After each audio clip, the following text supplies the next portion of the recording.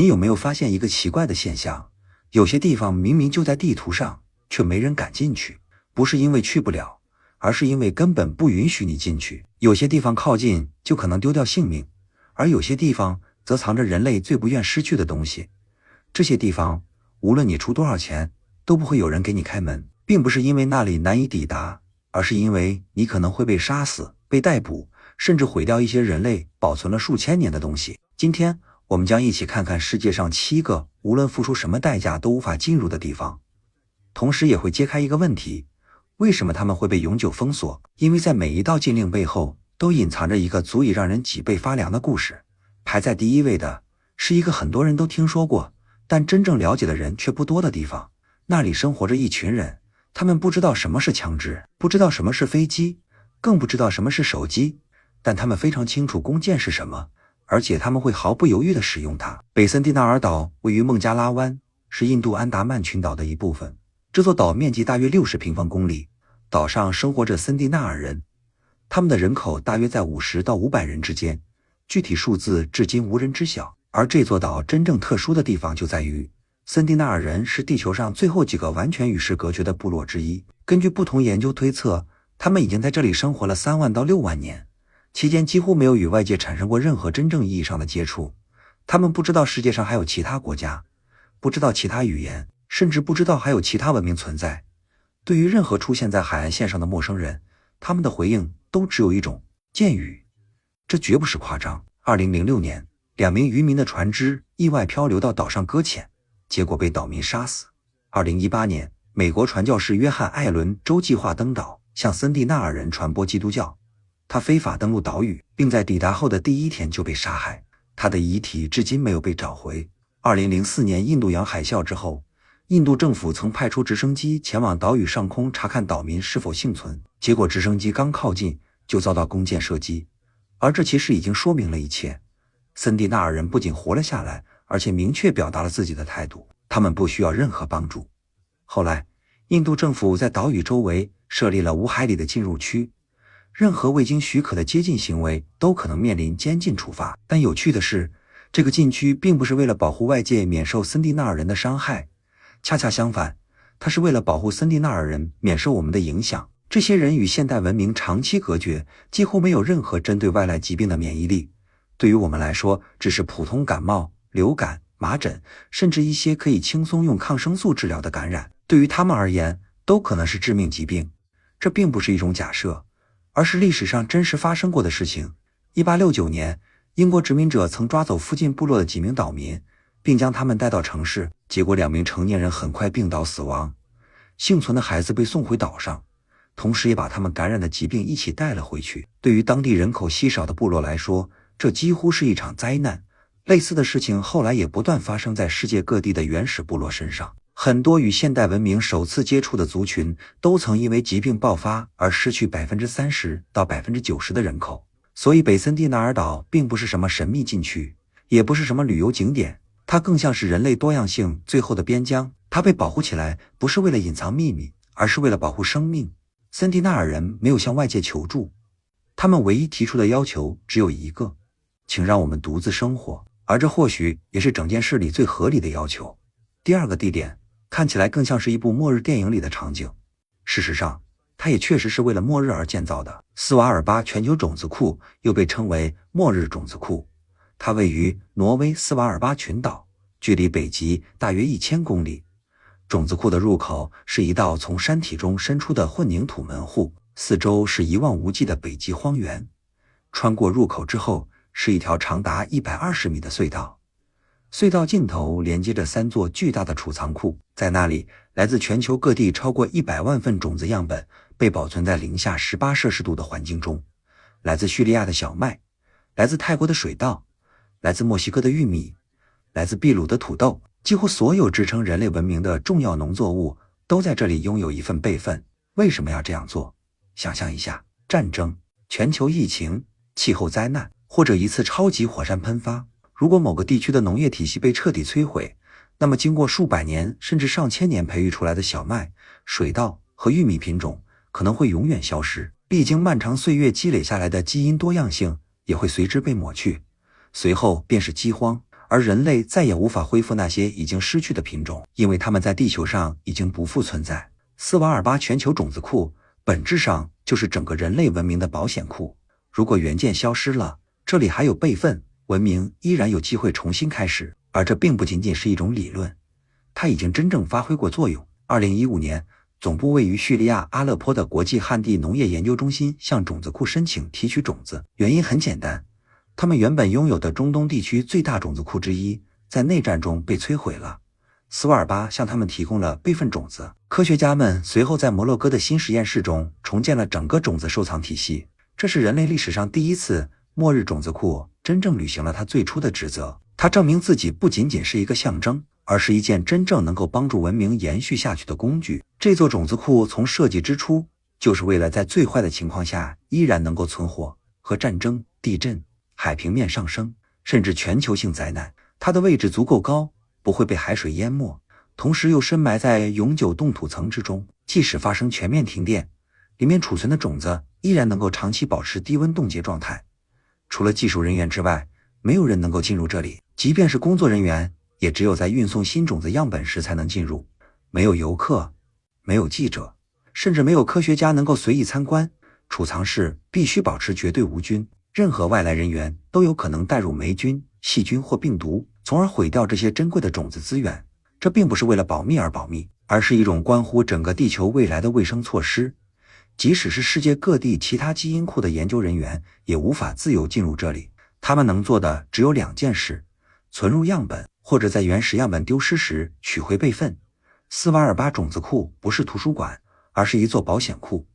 而保险库本来就应该这样运作，除非绝对必要，否则任何人都不会进入。如今，种子库入口已经成为世界上最具辨识度的建筑景观之一。在冰雪覆盖的山体侧面，一块巨大的混凝土结构从岩石中伸出，极夜来临时，入口灯光会在黑暗中闪烁，看上去仿佛一座来自科幻电影的传送门。而从某种意义上来说，它确实如此，只不过它通往的不是未来，而是保存着现在也可能拯救未来的种子。第3个地点则是世界上最著名的军事禁区之一51区，它位于美国内华达州沙漠深处，占地面积约 2.6 万平方公里，官方身份是美国空军试验基地，而在民间，它则是过去70年来无数阴谋论的发源地。直到2013年，美国政府才首次正式承认51区的存在。当年解密的中央情报局文件首次确认，没错，这个基地确实存在，而且许多绝密飞机确实曾在这里测试。整个区域被运动传感器、监控摄像头和武装警卫严密保护，周围到处都能看到警告牌，禁止拍照，禁止进入，必要时将使用致命武力。基地上空同样属于禁飞空域，任何试图闯入的人都会被逮捕，并面临严重法律后果。那么，那里到底隐藏着什么？外星人、飞碟、冷冻保存的外星生物？答案是否定的。但对于真正了解航空历史的人来说，51区隐藏的东西同样令人着迷。这里曾测试过 U2 高空侦察机，这种飞机能够飞到21公里高空，远远超出当年苏联导弹的拦截范围。这里也诞生过 S-271 黑鸟侦察机，它是人类历史上速度最快的飞机之一，最高时速可达3500公里以上。世界第1代隐身战机 F-117 也曾在这里秘密测试。在那个年代，这些飞机看起来都像来自未来，许多目击者第一次看到它们时，都误以为自己看见了 UFO。 这并不是什么阴谋论，只不过是一项出于保密需要而进行的军事计划。他们当然不会希望外界知道自己正在研发什么。2019年，网络上曾出现过一个名叫冲进51区的搞笑活动，超过200万人点击参加，宣称要一起闯入基地，揭开外星人的真相。活动发起人后来承认，这原本只是一个玩笑，他完全没想到事情会闹得这么大。到了约定那天，确实有几十个人来到基地门口，他们在警示牌前拍照打卡，自拍留念，最后又和平散去。51区依旧保持着它的神秘，但真正有趣的其实不是那里究竟藏着什么，而是仅仅因为一座保密基地就能让数百万人相信外星人的存在。这也说明一个由军事保密催生出来的都市传说究竟拥有多么强大的生命力。真正值得关注的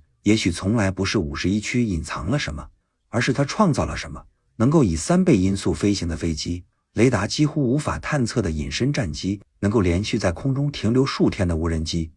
某种意义上说，这些就是现实世界里的外星科技，只不过它们都是人类制造出来的，而且研发者并不希望自己的对手知道这一切。第4个地点，这里拥有长达85公里的书架，里面堆满了无数古老文献，甚至有人说，就连教皇本人也不知道里面究竟保存着什么。这里就是梵蒂冈宗座档案馆，它过去还有另一个名字，梵蒂冈秘密档案馆，直到2019年才正式更名。这里保存着17世纪以来历代教皇留下的大量私人文件，以及书信、账簿、法庭记录，还有几个世纪以来天主教会积累的大量档案，其中包括米开朗基罗写给教皇尤利乌斯2世的信件，伽利略受审时留下的原始材料，英国国王亨利8世请求婚姻无效的请愿书，以及历代国王、皇帝和独裁者与教廷之间的往来书信。250多年来，这座档案馆一直禁止外人进入，直到1881年，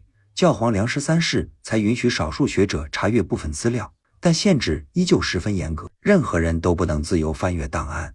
研究人员只能从目录中申请查阅某一份指定文件，想进去随便浏览根本不可能。记者、游客和普通学生原则上都没有进入资格。关于这里的阴谋论也从未停止，有人相信这里藏着足以摧毁整个教会的秘密，有人认为这里保存着外星生命存在的证据，还有人相信里面收藏着失落的福音书，可以证明耶稣曾经结婚，甚至有人认为教会几个世纪以来一直在秘密接触外星文明。但现实其实远没有那么传奇，这里绝大多数内容都只是庞大的行政档案、财务报告、人事资料、会议纪要、往来信件、发票和登记册。真正进入过档案馆的历史学家都形容，在这里寻找资料就像在干草堆里找一根针，原因很简单，档案数量实在太庞大了，而且目录至今都远未整理完成，大量文件甚至还没有建立正式目录。他们之所以没有公开，并不是因为刻意隐藏，而只是因为梵蒂冈根本没有足够的人手去整理这85公里长的档案架。不过，一间房间里堆满了400多年积累下来却从未被完整阅读过的文件，这样的设定本身就是神秘爱好者最好的素材。说实话，也难怪那么多人相信梵蒂冈藏着秘密，因为当400年的未读档案静静躺在门后时，很难不去幻想其中某一页纸上或许真的写着能够回答所有问题的答案。第5个地点，这里不会有人拿枪指着你，也没有士兵巡逻，但真正要你命的却是一条蛇，而且它会让你死得又快又痛苦。凯马达格兰德岛也被称为蛇岛，它位于巴西圣保罗州外海约35公里处，虽然距离现代文明并不遥远，天气晴朗时甚至能从海岸城市看到它，但这块面积仅1平方公里多一点的小岛却是地球上最危险的地方之一。这里是黄金毛头蝮蛇唯一的天然栖息地，也是世界上毒性最强的毒蛇之一。根据部分统计，整座岛上生活着约2000到4000条毒蛇，平均下来每平方米就可能有1到5条蛇活动，几乎无论你踩到哪里，1米范围内都可能潜伏着一条毒蛇。黄金毛头蝮蛇的毒性比它大陆上的近亲强大约5倍，它的毒液会迅速腐蚀伤口周围组织，引发严重内出血和肾衰竭。如果没有及时注射血清，受害者往往会在1小时内死亡。岛上最后一位长期居民是一名灯塔管理员。根据当地流传的传说，上世纪20年代，毒蛇曾从窗户爬进他的住所，最终咬死了他和他的全家。从那以后，灯塔实现了自动化管理，这座岛也彻底禁止游客登岛。巴西政府规定，任何未经许可登岛的人都可能面临刑事处罚。唯一的例外是研究蛇类的爬行动物学家，但即便如此，他们登岛时也必须有医生随行，并携带足够的抗蛇毒血清。即使对于科学家来说，每一次登岛都是一次神经紧绷的冒险。黄金毛头蝮蛇是这里的特有物种，除了这座岛之外，世界上任何地方都找不到它们。大约 1.1万年前，这座岛与大陆分离，岛上的蛇群也因此被彻底隔绝。由于没有陆地天敌，它们的数量迅速增长，而毒液也逐渐进化的比大陆上的同类更加强烈。原因很简单，它们主要捕食的不是老鼠，而是迁徙途中停留在岛上的鸟类。鸟一旦受伤还能飞走，它们就会失去猎物，因此只有让猎物瞬间失去行动能力，才能成功捕食。漫长的进化把这座小岛变成了一座真正的毒蛇堡垒，而人类本就不属于这里。蛇岛是世界上少数几个禁止进入，并不是为了保护秘密，而是为了保护你生命安全的地方。第6个地点，这里之所以关闭，不是为了保护什么秘密，而是因为人类正在用自己的呼吸慢慢杀死它。法国西南部的拉斯科洞穴保存着地球上最震撼的史前洞穴壁画之一，这些壁画距今约 1.7 万年，由旧石器时代晚期生活在欧洲的狩猎采集者创作完成。洞穴中会有公牛、马鹿、野牛以及大量抽象符号和几何图案。整个洞穴共发现近600幅彩绘和约1500处刻画，它们覆盖了洞壁和洞顶，其中一些图案长度甚至达到数米，绘画技巧之高超让不少艺术史学家将其与毕加索、马蒂斯等现代艺术大师相提并论。古人使用的颜料也十分简单，红色来自氧化铁，黑色来自氧化锰，白色则来自高岭土。令人惊讶的是，在洞穴稳定微气候的保护下，这些颜料保存得极其完好，恒定的温度、恒定的湿度以及没有气流和阳光照射的环境，共同守护了这些跨越万年的艺术作品。1940年9月12日，4名法国少年马塞尔·拉维达、雅克·马塞尔、乔治·阿涅尔、西蒙科·昂卡斯以及他们的狗机器人偶然发现了这座洞穴。据其中一种说法，小狗掉进了一个洞口，几名少年为了把它救出来，顺着洞口爬了进去。他们举着自制的油灯照亮洞壁，眼前出现的景象后来成为20世纪最伟大的考古发现之一。1948年，拉斯科洞穴正式向公众开放，随后15年间，数十万名游客蜂拥而至，高峰时期每天多达1800人。然而很快问题就出现了，科学家发现成千上万游客的呼吸和体温竟然改变了洞穴原本稳定的微环境，这个保持了 1.7 万年稳定状态的生态系统开始发生变化，人们呼出的二氧化碳提高了洞壁的酸度，湿度不断增加，温度不断上升，绿色病害开始出现在岩壁表面，霉菌和藻类迅速繁殖，并逐渐侵蚀壁画。随后白色结晶沉积和黑色真菌斑块也相继出现。到了1963年，人们终于意识到，如果继续开放参观，这些珍贵壁画终将彻底消失。于是拉斯科洞穴被永久关闭，从那以后，只有修复专家和微生物学家才能进入，他们几十年来一直与洞穴中的真菌持续斗争，而这场战斗直到今天仍未结束。为了满足游客参观需求，后来人们建造了拉斯科2号复制洞穴，随后又修建了更加精细的拉斯科4号，而真正的拉斯科洞穴依旧静静封闭着，整整17000年，它不需要任何人的帮助便保存至今。可人类进入后的短短15年，却差点亲手毁掉它。有时候，对于历史遗产来说，我们能做的最好保护，就是不要去打扰它。第7个，也是最后一个地点，这里埋葬着一位皇帝，2000多年来，没有任何活着的人真正进入过他的墓室。秦始皇兵马俑早已闻名世界，8000多个真人大小的陶俑排列成军阵、战马、战车和兵器，一应俱全。但很多人不知道的是，兵马俑其实只是守卫，真正的秦始皇陵就隐藏在他们身后。那是一座埋藏在高约80米封土堆下的巨大地下陵宫，直到今天仍然没有被正式开启。生活在秦始皇去世约100年后的史学家司马迁曾详细描述过这座陵墓。据他记载，这是一座极尽奢华的地下宫殿，天花板描绘着星空，星宿则由珍珠和宝石镶嵌而成，地面是一幅巨大的中国版图，其间江河湖海纵横交错，河流中流淌着液态水银，并依靠机械装置不断循环，墙壁镶嵌着玉石，并装饰着黄金。秦始皇生前积累的无数珍宝陈列其中，陵墓入口还布满了已经上弦的弩机，任何胆敢闯入惊扰王者安宁的人都将遭到致命攻击。这些描述听起来像神话一样夸张，但现代研究至少证实了其中一个细节。科学家在封土堆进行探测时，发现土壤中的汞含量异常惊人，其浓度比当地正常水平高出数十倍。也就是说，司马迁记载的水银江河很可能并非传说，而是真实存在。至于陵墓深处究竟还隐藏着什么，目前没有人知道。为什么直到今天仍然不开启秦始皇陵？官方给出的原因其实是技术限制。中国考古部门担心，以现有技术打开陵墓，很可能会永久破坏里面保存的文物。而这样的担忧并非没有依据。上世纪70年代兵马俑出土时，陶俑原本都涂着鲜艳的红蓝、绿紫等颜色，但一接触空气，这些颜料就在短短几分钟内迅速脱落。考古学家最初看到的是五彩斑斓的兵马俑，而今天博物馆里看到的却几乎都是灰色，因为颜料已经全部消失了。如果陵墓内部真的保存着壁画、丝织品、竹简、木构件或者古代文献，那么一旦开启，它们很可能会像无数中国古墓出土文物一样，在极短时间内迅速损毁。除此之外，还有另一个问题，水银。如果司马迁的记载属实，陵墓内部真的存在大量液态水银，那么开启墓室本身就可能带来严重的毒性风险，无论是工作人员还是周围环境都可能受到影响。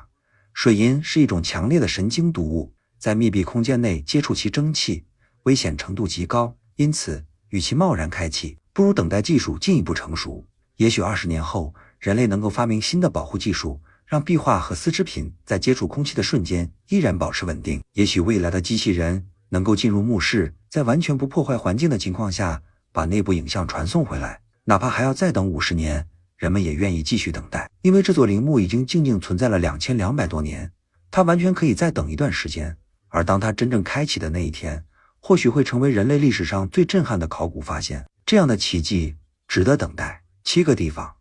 ，7种不同的禁止理由。一个与现代文明毫无接触的原始部落，一座保存着全球农业未来的北极种子库，